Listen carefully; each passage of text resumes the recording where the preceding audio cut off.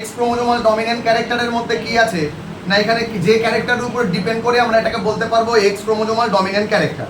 তো এখানে কি এক্স ক্রোমোজোমাল ডমিন্যান্ট ক্যারেক্টার হচ্ছে পুরুষে চরিত্রটা যদি কখনোই তার পুত্র সন্তানে যাবে না, অর্থাৎ এখানে যে পুরুষটি আক্রান্ত হয়েছে দেখতে পাচ্ছি, এটা কখনোই তার পুত্র সন্তানে যাচ্ছে না, দেখতে পাচ্ছি এটা চলে যাচ্ছে তার কন্যা সন্তানের মধ্যে, ঠিক। এবং যেটা মহিলা, সেই মহিলা থেকে ক্যারেক্টারটা চলে যাচ্ছে কোথায়, মহিলা থেকে চলে যাচ্ছে ক্যারেক্টারটা তার পুরুষ সন্তানের মধ্যে, তার মানে তার ছেলেদের মধ্যে।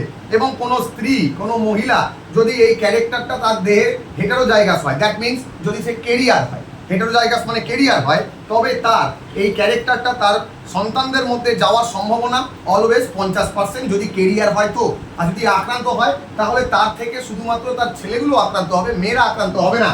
কিন্তু আর যদি ছেলেটা আক্রান্ত হয়, বাবা আক্রান্ত হয়, তাহলে তার মেয়ের মধ্যে ক্যারেক্টারটা যাবে, এটা দেখতে পাচ্ছি। তার মানে এই ডিজিজটার এই ক্যারেক্টারটার উপর ডিপেন্ড করে আমরা এটা বলতে পারি যে এটা হচ্ছে এক্স ক্রোমোজোমাল ডমিন্যান্ট ক্যারেক্টার। তো এক্স ক্রোমোজোমাল হচ্ছে হাইপোফসফেটেমিয়া, একটা হাড়ের ত্রুটি, অনেকটা রিকেটের মতো এক ধরনের ডিজিজ। আর যদি বলে x chromosomal recessive character, x chromosomal recessive ক্যারেক্টারের মধ্যে হচ্ছে যে বাবা থেকে কখনোই পুত্র সন্তানে সেটা যাবে না, বাবা থেকে তার ছেলের মধ্যে যাবে না, কিন্তু মাতামহ থেকে। মাতামহ মানে কি? মাতামহ মানে হচ্ছে মায়ের বাবা, মায়ের বাবা মানে দাদু, তার মানে দাদু থেকে তার মেয়ে হয়ে তার নাতিতে পৌঁছে যাবে, তার মানে তার মেয়ের ঘরের নাতিতে যাবে।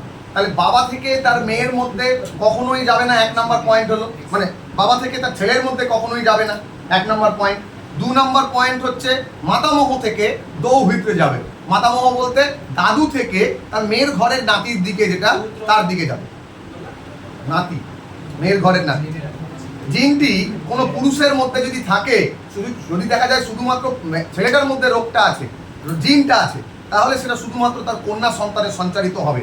এবং কন্যা সন্তান যদি কেরিয়ার হয়, তাহলে তার ছেলেদের মধ্যে, তার ছেলে মেয়ের মধ্যে এই ক্যারেক্টারটা 50% যাওয়ার সম্ভাবনা থাকবে।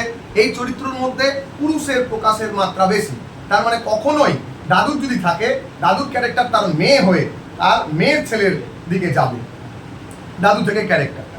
এটা অনেকটা আমরা ক্রিস ক্রস উত্তরাধিকার এই ঘটনাটা বলতে পারি। ক্রিস ক্রস উত্তরাধিকার কিন্তু হয় বাস্তবে এক্স ক্রোমোজোমাল রিসেসিভ একটা ক্যারেক্টারের জন্য ক্রিস ক্রস উত্তরাধিকার।